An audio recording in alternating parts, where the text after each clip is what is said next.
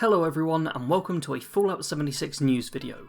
So yesterday we not only got an Inside the Vault article, we also had an AMA over on Reddit, and Ask Me Anything for those who don't know, and I'm going to be covering both of those in this video. The Inside the Vault thing is going to be very short and at the front because there's not that much to go over from it, just a few things, and then the AMA I have over 20 comments which got replies, which I'm going to be talking about, because these are like the things I figure are most important to convey to you. Apparently there will be another Inside the Vault next week which will talk about the AMA, but I figure why wait a week for them to organise all the comments when I've already done it and you can be knowledgeable about it, in the know about it, a whole week early. So, on to the actual thing, and I do apologise in advance, but the editing is not going to be quite as tight as I'd like. It's late, I apologise. First big thing from Inside the Vault is the Pts Will Return. The Pts, the Fallout 76 private test server, was available before Wastelanders. It's how they tested a bunch of stuff, squashed a bunch of bugs, made the release fairly solid for the most part. Like, it was not obviously glitch-free or bug-free or absolutely perfect, but it wasn't like a horrendous dumpster fire where it was just like, oh, Wastelanders launched and everything exploded. No, there's been bugs, we're still encountering some of them, but it was, for the most part, pretty good. And they're planning on reopening the PTS next Thursday, April 30th, so that they can get early feedback and do some testing for the next update, which is currently planned for May.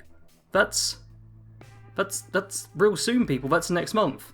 They even say in the article, this will provide a couple of weeks of playtesting time. A couple of weeks. They said as well they're only doing the PTSs for like significant updates, obviously. They're not doing it just like every week when nothing big is changing. So apparently, in just a couple of weeks, or a few weeks from now, so mid next month, there's apparently going to be another big update. Likely not as big as Wastelanders, obviously. That was huge, adding NPCs and tons of new locations and a whole 2 or 3 quest lines, or more, thinking about it, because allies are multiple quest lines, all that big stuff. But yeah, there's going to be another reasonable size update in May, which is not really what I was expecting.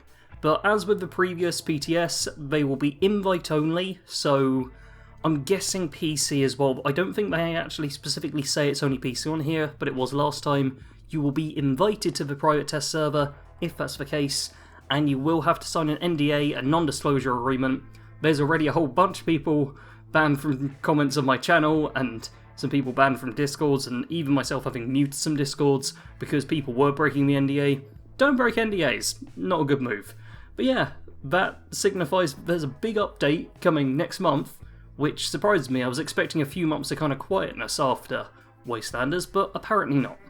Now, as well as big updates, we've got something small happening right now, which is a mystery pick event with the Purveyor. So you can head to the Purveyor, who's now at the Rusty Pick, made a video about that if you didn't already know, and you can go to her, you can spend 60 legendary script for a completely random 3-star legendary item. Could be a ranged weapon, could be a melee weapon, could be a piece of armour. You do not know. So, if from doing all the dailies and the quests and all of the random stuff which gives you so much script, like I've been at a dangerously high level quite often since Wastelanders launched. If you got too much script and you want to get some legendaries, 3-star legendaries for 60 script. It's decent, it's not anything amazing, but with how much script most of us I'm sure are earning a day, it's quite handy to have. And this has already started, will have gone live yesterday, and it ends 12 PM Eastern Time on Monday, April 27th. So you basically got a bit of an extended weekend to spend your script there, which is nice. It's a nice little thing. I won't be doing it, I'm afraid, so no video from me this time, but I'm sure when the next one rolls around, I will be doing it. And speaking about things rolling around, yeah, it's a segue of sorts. There has been an update to the Fallout 76 Wastelanders community's calendar, which isn't surprising seeing as the actual Wastelanders release date did get shifted by a week. So I'll have this up on screen now. You see all the stuff that's greyed out has already been, and the Purveyor mystery pick, the first thing on there, is what we're already in the middle of. Now, there's only a few things on here that are really worth covering. The first is the 14th to the 18th of May is going to be a double XP weekend. That's just, you know, a nice little thing. at that point, will hopefully have my new character started up. I'm going through with a whole new character for Wastelanders at some point. I'll likely be streaming it as well, so having that double XP weekend, I might see if I can do like a few streams that weekend of just leveling. We'll see how it goes. That'll be all fun. The new Treasure Hunter event, 21st of May till the 25th of May. That is interesting. And there's some stuff when we get onto the AMA in a minute that will be linked into that possibly. But yes, a new Treasure Hunter event, which we don't know anything about, to be fair, is coming in a month's time. Like, literally a month from now, we'll be doing that Treasure Hunter event, which is, wow, really, really cool. I'm likely guessing that'll be a large part of the PTS as well. Then, instantly after that has happened, the Fasnacht seasonal event returns. Now, there were comments on the AMA saying, hey, that's only listed for a day. Please tell me it's not only a day. It's not. It's not. It's going to be longer. I'm guessing a week. I'm pretty sure it was a week last time because it's Fasnacht week. But yeah, the Fasnacht event, which if you're around a little over a year ago, then you'll know was a little parade where you can earn masks. There's something on that later again. But yes, that's great. Looking forward to it again. It was a lot of fun last time, despite a couple of issues, which should be fixed. Now, community calendar, all done. The other stuff is like photo mode and backpack vanity updates, which just sounds like more Atom Shop stuff, not too interesting. The Wastelanders Reddit AMA. We're on to that now. Now, this was just basically a Q&A with a couple of, like, top people in the 76 team. It was Jeff Gardner and Ferret can't pronounce his last name. That's me can't pronounce his last name. I'm sure he can pronounce it. He's had lots of practice. But yes, Jeff is the project lead and Ferret is the lead designer. And I'll be putting up on screen comments that then got replied to by one or sometimes both of them. Most of the replies are from Jeff, but there's a few from Ferret as well. So first comment is from Azarian Council, who asks, when should we see a roadmap? And this was replied to by JRG993, who is Jeff Gardner, who says, we're working on a roadmap right now and hope to have one to you very soon. It will include content for the entire year. So this is a minor thing, but it basically lets us know that all of the content for this year is already kind of planned out, and we'll be learning about what all of it is soon, so expect a video from me on that in the not too distant future. Next comment comes from Big Red the Bard, who says, what's the plan with the camp system? You guys keep adding cool stuff to the Atom Store, but the budget is still pretty limited, especially if you try to use display cases. Jeff responds saying, hey, we're looking into both increasing the budget and other quality of life tuning as well. Now, there will be more on the camp thing, but straight up, they seem to always be looking on increasing the budget of the camp, which is something I always see personally in my own comment section, people going, man, I wish they'd raise the camp budget. People have been saying that since the game launched, and they keep raising it, just tiny bit by tiny bit. But they can't just do it massively without breaking things.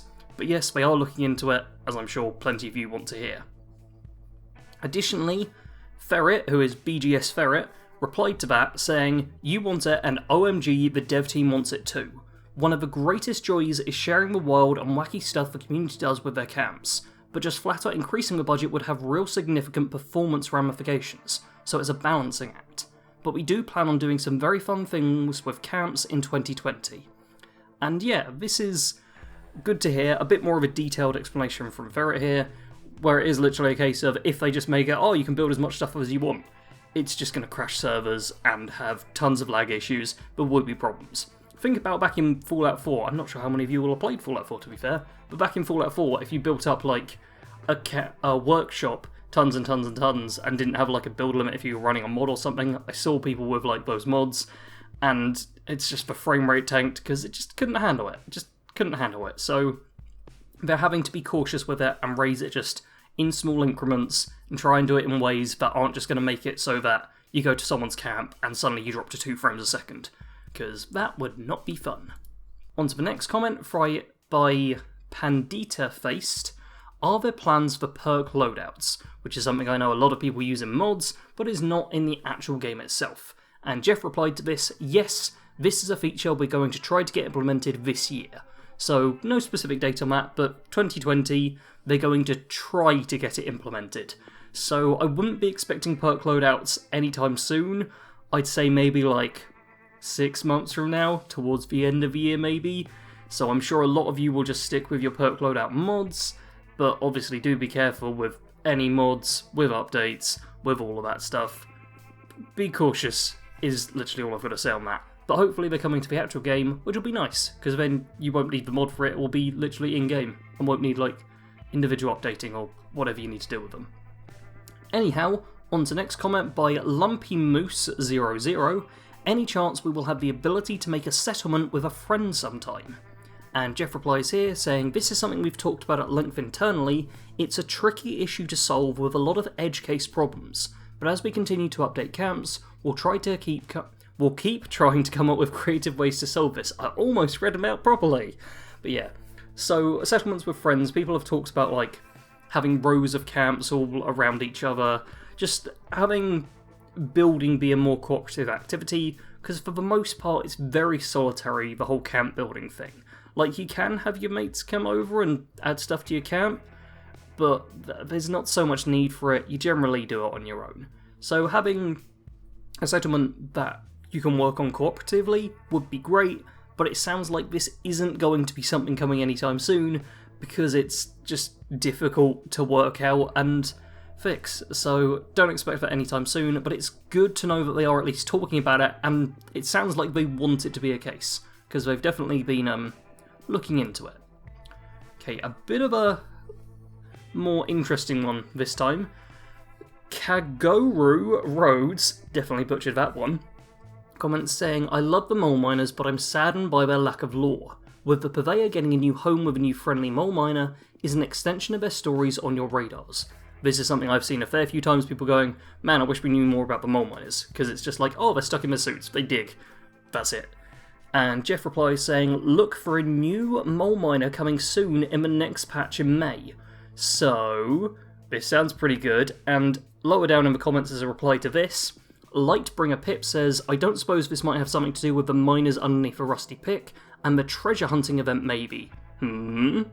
So yes, the treasure hunting event, which was on the community map, which is coming mid-May, could well have new mole miners and could be related to maybe go on a treasure hunt with the mole miners. Because, yeah, if they're friendly, which it sounds like it's implied they might be, which is good, when you hunt for treasure down with them and do some digging, I like the sound of it. But it sounds like the treasure hunting event is going to involve mole miners.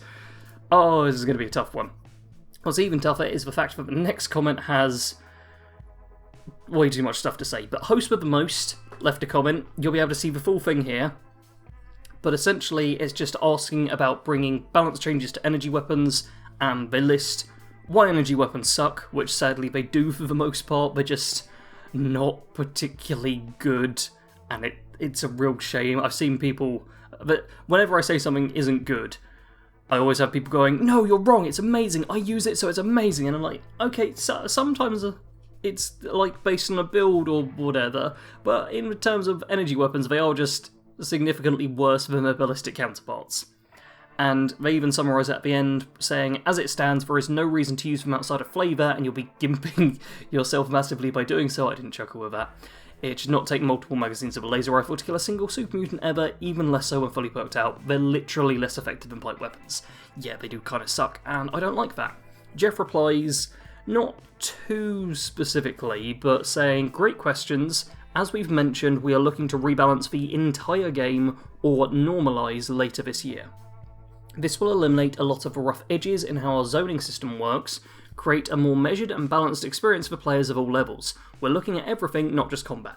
Now that's not particularly specific, and is a very generic reply to the whole, our energy weapons are going to get better. It really doesn't answer that question, but it sounds like this normalisation, which they're going for, is going to be pretty wide-sweeping, and it's something which could be amazing and brilliant, or it could really kind of suck. So look for normalisation later on in the year, but man, it's something I'm slightly concerned about. Next comment now, Pilia? I don't know how to pronounce that name, there's capital letters in a weird place. So, will we see story DLC in the future around the Enclave and/or the Brotherhood of Steel? And Ferret replies to this one saying, I love the Brotherhood of Steel. It was a joy to work on them in Fallout 76. so you're not alone in wanting more with them and the Enclave. And clearly is quite interested in seeing it, and Jeff also replied to this one saying, "Let's just say the Brotherhood is now watching the wasteland of West Virginia very closely. ... Little ellipses at the end. Yeah, so it sounds like there might be some more Brotherhood stuff coming in the future, as is hinted at by more so the comment that Jeff left rather than the one Ferret did, which was balanced like, oh, I love these factions. Jeff was just like, they're watching you. So yeah, the Brotherhood, almost certainly more stuff to come with them. That's going to be interesting. At some point, I'd love to do like a proper lore breakdown of all of 76, because I know a few people are like, oh man, it breaks all the lore, but almost every single time I've looked into it, there's very few actual lore breaks, and it's more a case of not liking how certain things are. So I'm interested to see how we're going to implement this, in what way, all of that good stuff. Now, a bit of a longer one again. Follow Your Values says, why don't the NPCs fight back? A whole group of settlers trotted by me the other day, and I took out the one named leader right in front of them, and they all kept walking. I don't think they even fought back when I didn't kill them with the first bullet. What is this? And also, can you make a high-level stealth boy Tesla gang of Blood Eagle somewhere in some secluded area of the map soft players don't need to go to? Give them quantums and drugs and mutations, make them just like the worst griefers in your game, give us a challenge, I know you want to. Now, the reply is much more about the first part there. Ferret says, for NPCs going inconsistently going hostile, there's a balance. If anyone involved in a quest goes hostile, since everyone sees the same world, it could be super frustrating that someone you need is dead. And there are other times where we tried letting some people die and it opened up a lot of bugs. So we balance fun versus bugs. So this sounds very much like we're still just going to be able to slaughter like settlers and raiders and stuff that aren't essential, just out in the random wilderness, and not much is going to happen because of it, which is kind of amusing when you get to do it, but it is like, yeah, this doesn't feel right, and unfortunately that just sounds like it's something that we have to kind of deal with because it's a multiplayer game, although I'm already kind of drafting a video up in my head about things that need to change that have come with Wastelanders, and one of them is we totally need to lose reputation when we murder settlers or raiders, like with their appropriate faction, because whenever you talk to like a settler or a raider, you may as well shoot them and just take whatever they've got on them, because you don't lose anything for it. It's mental. Now, next comment comes from Lawrence and Hen.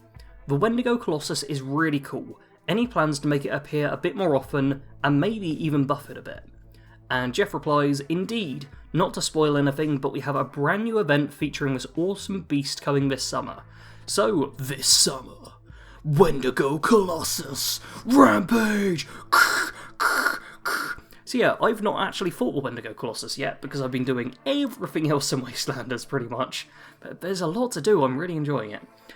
But yeah, it's cool that there's going to be a brand new event which will feature it. We've seen this to some extent with some of the other creatures which have been introduced in the past, so it's going to be cool just having like a more guaranteed way to have the Colossus appear.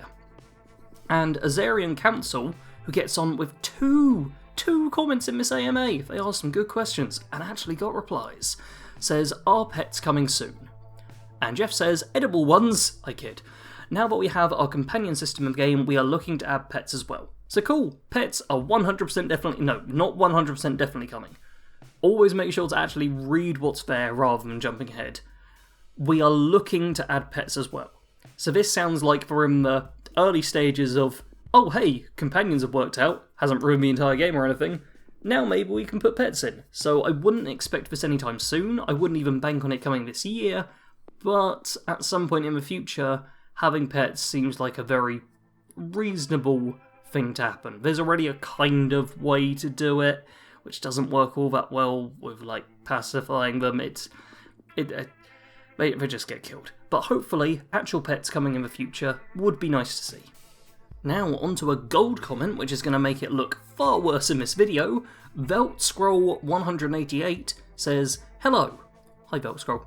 I was wondering why, with the Wastelands update, it was necessary to replace a lot of high-level super mutants in various locations with lower-level mutant hounds, West Tech, NIRA, Harper's Ferry, General Steakhouse, Huntersville. I do understand why super mutants were removed, etc, etc. However, I'm certain you know that many dedicated players enjoy running the above areas for legendaries and XPs, so it feels like a real slap in the face having these locations intentionally nerfed of XP and potential high level legendaries. Will you consider on doing this in the future? So on and so forth. Just shortening it a bit there, because this is a long video. Ferret replies saying, Wastelanders involved a ton of changes to various locations. With rejiggering old locations to have Blood Eagles and Cultists, there was a lot of ripples this created. In general, we were aiming to provide more variety to what you see and make all the Radiant quests have fun places to send you. So it doesn't sound like any of these locations are particularly changing. I will say I don't actually share that sentiment of they feel like they're heavily nerfed that much. At most it seems like there's an extra mutant hound or floater or two and maybe a couple less of the high level super mutants. So personally I don't mind this.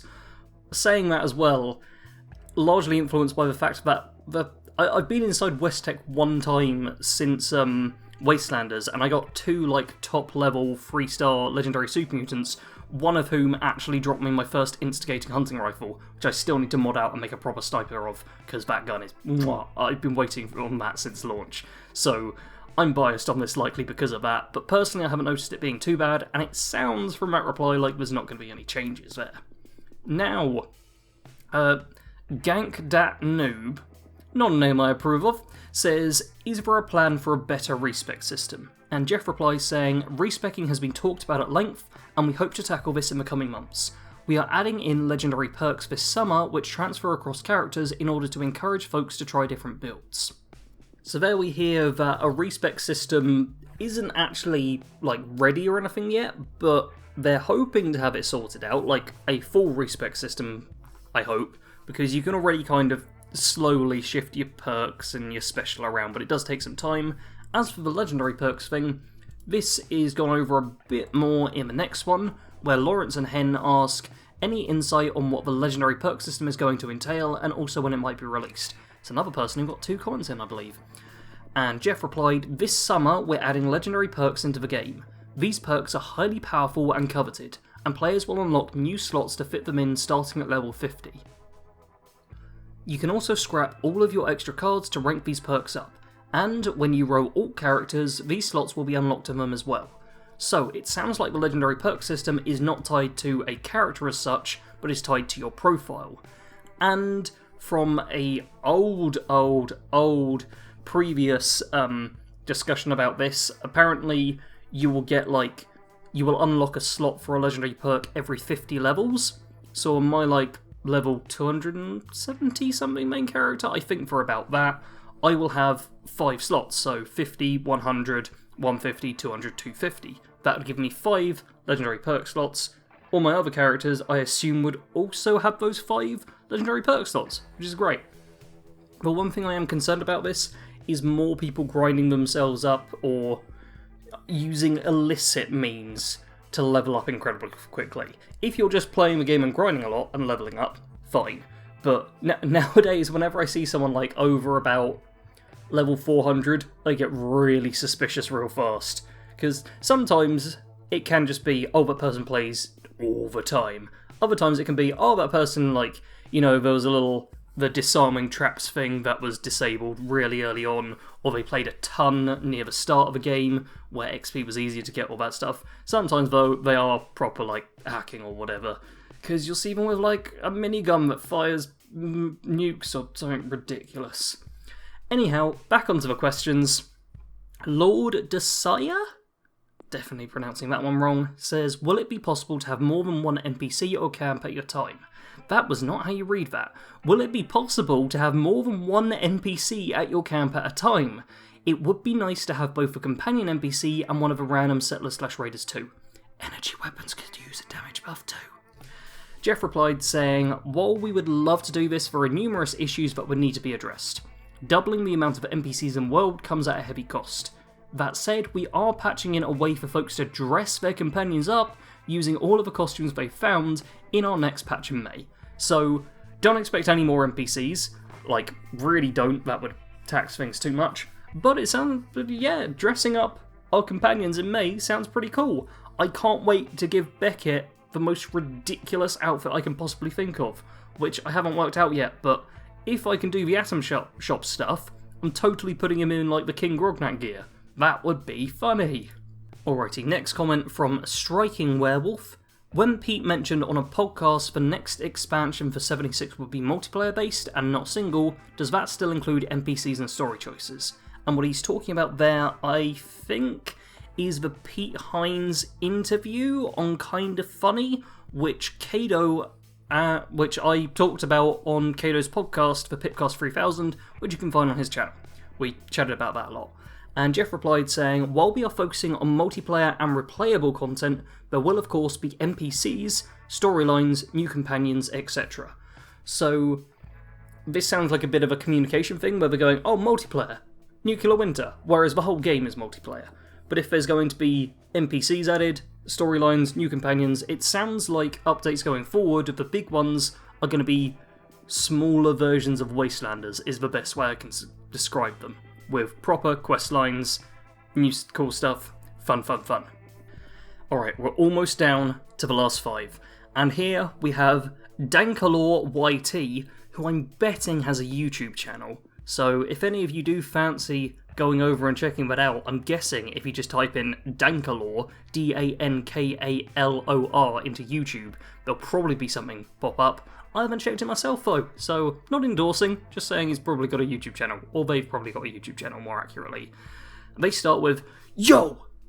Are the 76 floaters the same as the Fallout 1/2 floaters? Also, where did they come from? Where did they go? Where did they come from? Cotton Eye Joe. It's very late, I apologise, it's really hot in here as well.